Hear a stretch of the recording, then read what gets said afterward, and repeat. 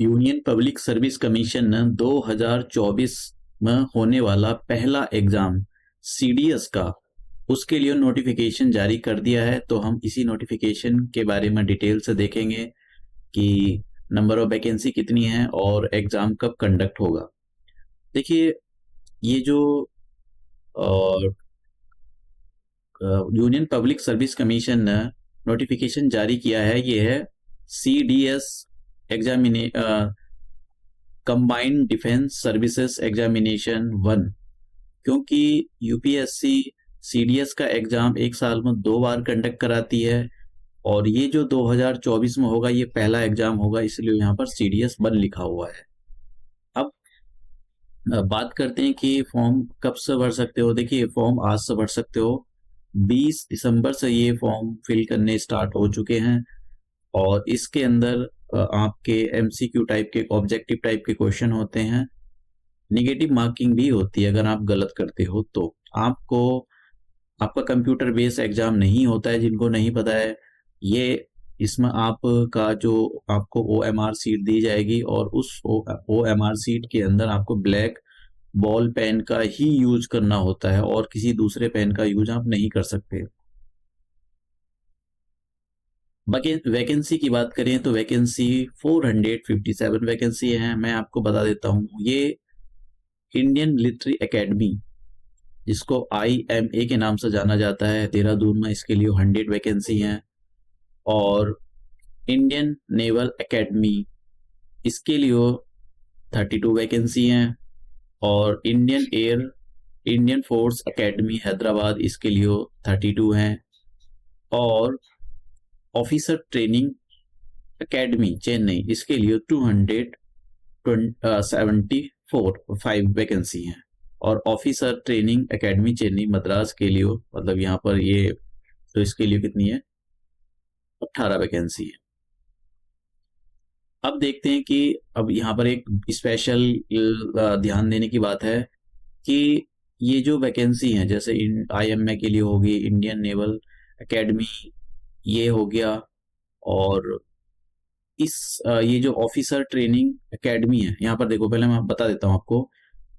Women candidates are eligible for OTA only. आप समझ गए, कहाँ केवल जो लड़कियां हैं वो OTA के लिए अप्लाई कर सकती हैं, ऑफिसर ट्रेनिंग एकेडमी के लिए अप्लाई कर सकती हैं, बस। वो ऊपर 3 कैटेगरी में अप्लाई नहीं कर सकती है, ठीक है। यहाँ पर लिखा हुआ है only they should give OTA as their first and only preference. तो आपको केवल आप OTA के लिए ही चूज करोगे। आप अगर लड़कियां फॉर्म फिल करेंगी तो वो किसी दूसरे के लिए नहीं कर सकती हैं। ये आपके जो एग्जाम होंगे उनके सेंटर दिए गए हैं। अब बात करते हैं कि एज लिमिट कितनी होनी चाहिए, ये बहुत जरूरी है। देखिए, IMA के लिए बात करते हैं, देहरादून की, अनमैरिड मेल कैंडिडेट होना चाहिए, ठीक है। ये स्पेशली नॉट बोर्न 2 जनवरी 2001 और 1 जनवरी 2006 के बाद आपका डेट ऑफ बर्थ नहीं होना चाहिए, ठीक है। ये तो कंडीशन IMA के लिए है। दूसरा, इंडियन नेवल एकेडमी के लिए unmarried male candidates born not earlier than 2 January 2001 and not later than 1 जनवरी 2006। अगर आपका डेट ऑफ बर्थ इसके बाद है या इससे पहले है तो आप फॉर्म फिल नहीं कर सकते हो इंडियन नेवल एकेडमी के लिए। एयरफोर्स एकेडमी की बात करें, देखिए, आपकी एज 20-24 के बीच में होनी चाहिए। इन्होंने बोला है कि 20-24 years age on 1 January 2025, not earlier than, आपकी जो एज कैलकुलेट की जाएगी 1 जनवरी 2025 को कैलकुलेट की जाएगी, नॉट अर्लियर देन 2 जनवरी 2001। 2 जनवरी 2001 से पहले आपका डेट ऑफ बर्थ नहीं होना चाहिए, नॉट लेटर देन 1 जनवरी 2005, और 1 जनवरी 2005 के बाद भी आपका डेट ऑफ बर्थ नहीं होना चाहिए। अब यहाँ पर हम इन्हें ना जो पायलट होते हैं, कमर्शियल पायलट होते हैं, उनके लिए एज रिलैक्सेशन दिया गया है 26 ईयर, मतलब उनकी मैक्सिमम एज तो 26 साल हो सकती है। उन्होंने बोला कि अगर आपके पास, देखिए ना, बोला कि upper age limit for the candidates holding valid and current commercial pilot licence issued by the DGCA India is relaxable up to 26 years. Mean 2 January 1919 से पहले आपका डेट ऑफ बर्थ नहीं होना चाहिए और 1 जनवरी 2005 के बाद नहीं होना चाहिए। समझ में आया? अब देखिए, अब यहाँ पर क्या बोला गया है, बहुत ये इनको पढ़ने की जरूरत होती है। हर कोई फॉर्म को फिल नहीं कर सकता है। यूपीएससी का एनडीए और सीडीएस का एग्जाम, यही सीडीएस और एनडीए का एग्जाम सबसे, मतलब एक यूपीएससी का भी, यूपीएससी जो एग्जाम कंडक्ट कराती है आईएएस बनने के लिए, आईपीएस बनने के लिए, उससे 1000 गुना ज्यादा अच्छा एग्जाम है ये। कैंडिडेट्स बिलो द एज, देखिए candidate below 25 years of the age must be unmarried. अगर आपकी एज 25 साल से कम तो आप अनमैरिड होने चाहिए। अगर मैरिड हैं तो नहीं चलेगा।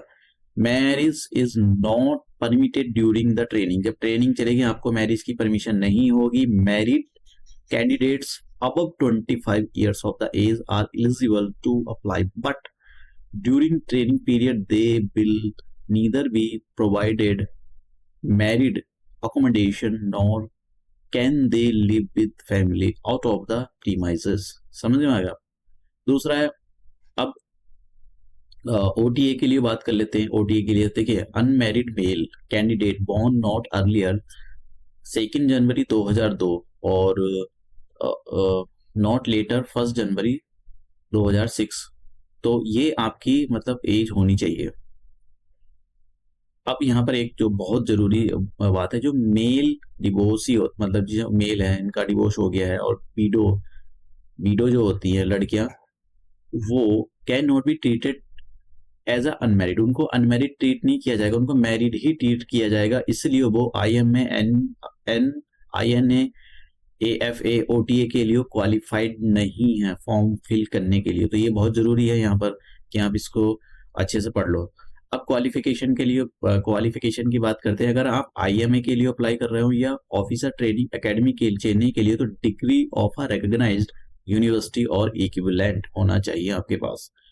ठीक है, मतलब आपके पास कोई डिग्री हो, यहाँ BSc हो, ये ऐसी कोई डिग्री होनी चाहिए। ऐसी कोई कंडीशन नहीं है, BA भी हो सकते हो आप।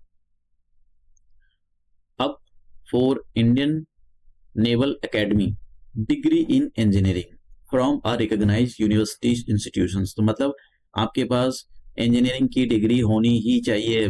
BSc नहीं चलेगा, BA नहीं चलेगा। फिर बात करते हैं for air force academy degree of recognised university, आपके पास रिकॉग्नाइज्ड यूनिवर्सिटी से एक डिग्री होनी चाहिए और आपने 12th फिजिक्स और मैथमेटिक्स के साथ किया होना चाहिए, या बैचलर ऑफ इंजीनियरिंग, या फिर आप कि आप चाहे आप BSc हो या BA हो, लेकिन आपने 12th में मैथ और फिजिक्स होनी चाहिए। या फिर आपके पास BA नहीं हो तो आप इंजीनियर हो, तब भी आप फॉर्म फिल कर सकते हो। ठीक है, अब यहाँ पर एक जो बहुत जरूरी है कि जो कैंडिडेट, देखिए candidate who are studying in final year semester degree course, मतलब जिन जो सेमेस्टर या जो फाइनल ईयर में have yet to pass the final year degree, अभी उनका जो डिग्री नहीं आई है, ठीक है, और या उनका सेमेस्टर का वो नहीं हुआ है, रिजल्ट नहीं आया, तो वे भी अप्लाई कर सकते हैं।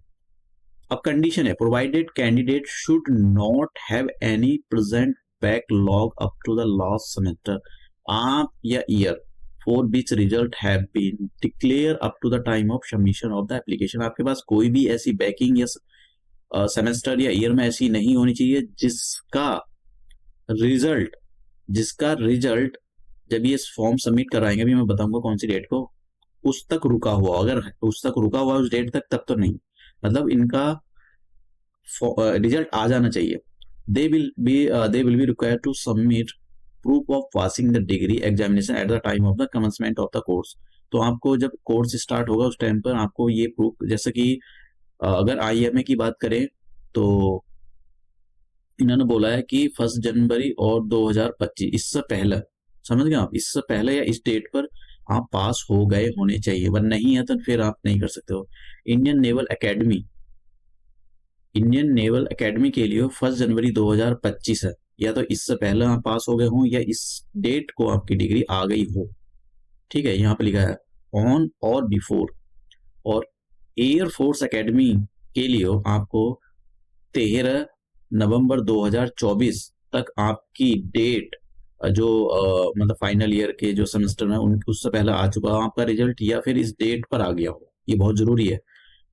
For admission to the officer training academy OTA के लिए आप 1 अप्रैल 2025 को या इससे पहले आपका रिजल्ट फाइनल आ चुका है कि आप पास आउट हो चुके हो। तो अगर आप ये कंडीशन फुलफिल कर रहे हो तो जो फाइनल ईयर या फाइनल सेमेस्टर में कैंडिडेट एग्जाम मतलब जो आएंगे उनके लिए है ये सारी चीजें। तो ये बहुत जरूरी है कि कौन फिल कर सकता है। 200 रुपये फीस है इसकी। एग्जाम कब होगा? देखिए, एग्जाम आपका अप्रैल में होगा। यूपीएससी NDA और CDS का एग्जाम 1 साल में 2 बार कंडक्ट कराती है, तो इसीलिए यहाँ पर मतलब एग्जाम बहुत जल्दी जल्दी कंडक्ट कराया। अप्रैल में होगा, फिर उसके बाद में अपना बाद में होता है। और ये जो तैयारी करता है उसको पता ही है कि रिटर्न होता है, इंटरव्यू होता है। जैसे यहाँ पर इंटेलिजेंस एंड पर्सनैलिटी टेस्ट, वो आपका चेक करते हैं कि भाई आपको कुछ आता है नहीं आता है, वो सारी चीजें चेक करते हैं। इसका जो इंटरव्यू होता है वो काफी डिफिकल्ट होता है। अब एग्जाम के बारे में देखिए, अगर जो Indian Military Academy, Indian naval Academy और एयरफोर्स के लिए अप्लाई करेगा, उसके पास English, general knowledge, elementary mathematics के मतलब ये 3 पेपर देने पड़ेंगे। 2-2 घंटे के होते हैं, तीनों के तीनों 300 मार्क्स के होते हैं, हर एक 100 मार्क्स का होता है। अगर आप केवल OTA के लिए, ऑफिसर ट्रेनिंग एकेडमी के लिए अप्लाई कर रहे हो, तो आपको केवल इंग्लिश और जनरल नॉलेज का ही पेपर देना होगा। आप समझ गए?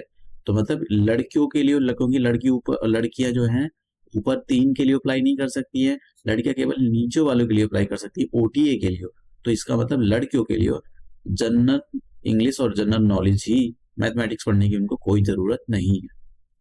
तो अब सिलेबस इन्होंने यहाँ पर डिटेल में दिया गया है कि सिलेबस में क्या क्या पूछा जाएगा। तो जो लोग तैयारी कर रहे हैं उनको पता भी होता है। और आपका एग्जाम अप्रैल 2024 को एग्जाम होगा।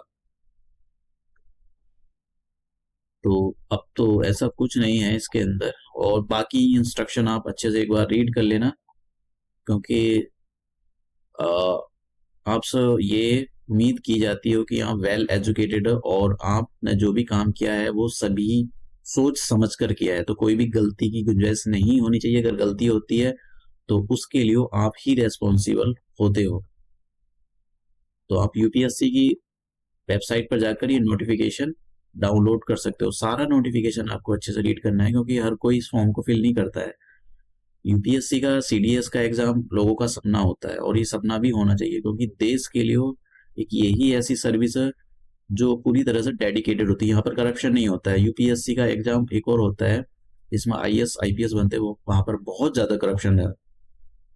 तो इस जॉब में कोई करप्शन नहीं होता है। ये देश के लिए सर्विस है।